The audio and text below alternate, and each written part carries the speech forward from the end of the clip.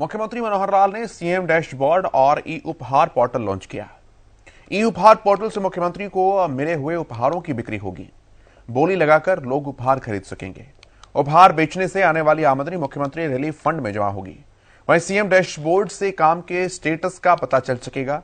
धन कहां गया है, किसे कितना दिया है और कितना खर्च हुआ है, सब कुछ ऑनलाइन होगा।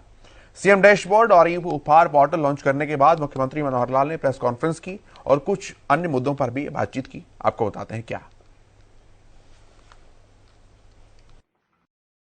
सीएम डैशबोर्ड की जो आवश्यकता पड़ी वो इसलिए आवश्यकता पड़ी है कि इतने समय होता नहीं है बैठकों में लगातार उनका रिव्यू करें और एक बार रिव्यू होता तो फिर कई बार महीनों बाद फिर जाकर के रिव्यू होता है। तो हर एक विभाग को ये कहा कि वो अपना डैशबोर्ड के साथ लिंक कर दें उनकी जो डे टू डे की सब एक्टिविटीज, क्योंकि ये जितने भी डैशबोर्ड्स बने हुए अलग अलग उन सब डैशबोर्ड का क्या बोलते हैं एपीआई को एक ही डैशबोर्ड के साथ जोड़ करके जिस विभाग को जब देखना हो तो उसको उसी समय देखा जा सकता है। इसकी आवश्यकता महसूस हुई थी। अलग से हमने सीएम आवास पर एक स्थान भी बनाया है। कभी एक आध बार उस स्थान पर आपको भी सारा वो जैसा आज देखा है तो विस्तृत रूप से कुछ जानकारियां देनी होंगी तो उसकी दी जाएंगी। वहां पर जब चाहे किसी विभाग की जानकारी ली जा सकती है और इस जानकारी लेने में विभाग के अधिकारियों की जरूरत नहीं होती।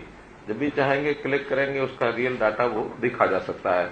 तो उसकी मॉनिटरिंग करना इन एब्सेंसिया यानी विभाग की अनुपस्थिति में भी मॉनिटरिंग करना वो की जा सकती है और उसमें जब भी किसी प्रकार की आवश्यकता पड़ेगी तो विभाग को तुरंत उसका मैसेज भी दिया जा सकता है। पहले तो 10-10 लाख रुपए के भी हैं, घड़ियां 20-20 लाख रुपए की हैं, लेकिन मेरा उससे परहेज रहता है एकदम।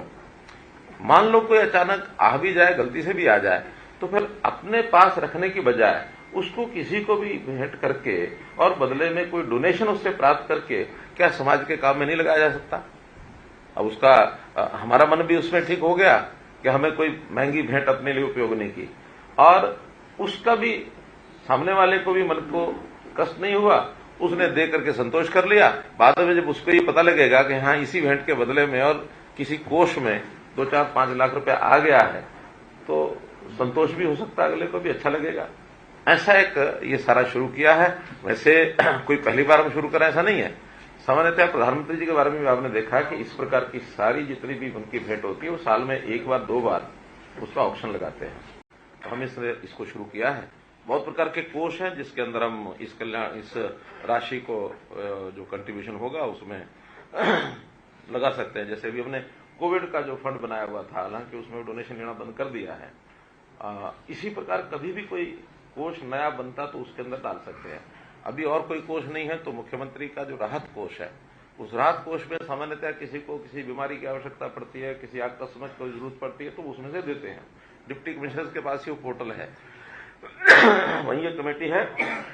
वो कमेटी ऐसी आवश्यकताओं को पूरी करके 3-5 लोगों की कमेटी है तो वहां उसका निर्णय करते हैं। उन्हीं के पास उसका अधिकार है उसमें से राशि तय करके और देने का। पराली का क्योंकि अभी पिछले दिनों में पिछले 2-3 वर्ष से एक बहुत बड़ा गंभीर विषय बना हुआ है। एनजीटी ने भी बहुत बड़े संज्ञान लिए हैं और इसमें हमारे यहाँ चूंकि धान पर्याप्त मात्रा में होता है तो उस धान के जो पराली के जलाने का एक बना हुआ है सिस्टम जो किसान जलाते रहे हैं। हमने बहुत जागरूकता पैदा की, हमने थोड़ा कठोरता भी बरती, दंडित भी किया, एफआईआर भी कराई, जुर्माने भी लगाए हैं। फिर भी अभी एकदम मैं कहूं कि उसको शून्य हम ले पाए हैं, शून्य कर पाए हैं जलाने को, ऐसा नहीं है। लेकिन अगर हम पंजाब के साथ तुलना करते हैं तो पंजाब का हम 10% भी हम उसमें नहीं है, 10% के आसपास है। हमारे यहाँ पराली की जलाने की घटनाएं बहुत कम हो गई हैं। जो 2561 थी पिछले वर्ष, वो इस वर्ष में 1925, लगभग 25% की कमी आई है। एक मैं धन्यवाद हमारे सफाई कर्मचारियों का करना चाहूंगा कि एक कुछ दिनों से उनकी स्ट्राइक चल रही थी, हालांकि समय उचित नहीं था, दीपावली का समय, हमारी उनसे बातचीत हुई, ये समय आपने अच्छा नहीं छांटा। फिर भी अब जिसकी आवश्यकता होती है अपने हिसाब से करता है। कुछ मांगे उनकी थी, हमारे मंत्री महोदय, हमारे डिपार्टमेंट सबने मिल करके और उससे को ठीक कर दिया है। एक जो थोड़ा सा असुखद सा समय चल रहा था वो ठीक हो गया। इन 2-3 दिनों में सारा सफाई का जो पूरा अभियान है वो पूरा चला देंगे। जिस हरियाणा के बारे में ये कहा जाता रहा है कि हरियाणा शायद टिक पाएगा कि नहीं टिक पाएगा, हरियाणा अस्तित्व में रह पाएगा कि नहीं रह पाएगा, जो 66 में शंकाएं पैदा की गई थी, उस हरियाणा के नवनिर्माण में सभी सरकारों ने कम ज्यादा योगदान किया है।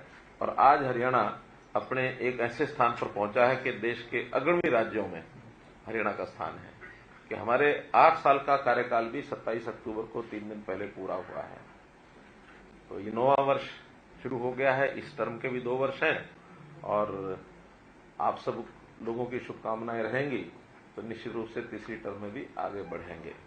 क्योंकि मैं लगातार अब ये कहता आ रहा हूं कि नरेंद्र मोदी जी की सरकार बनने के बाद अब देश में भारतीय जनता पार्टी की जहां एक बार सरकार बनती है तो बार बार बनती है, तो जो बार बार बनेगी तो तीसरी बार भी हरियाणा में हम लोग आएंगे, ऐसा हमारा विश्वास है।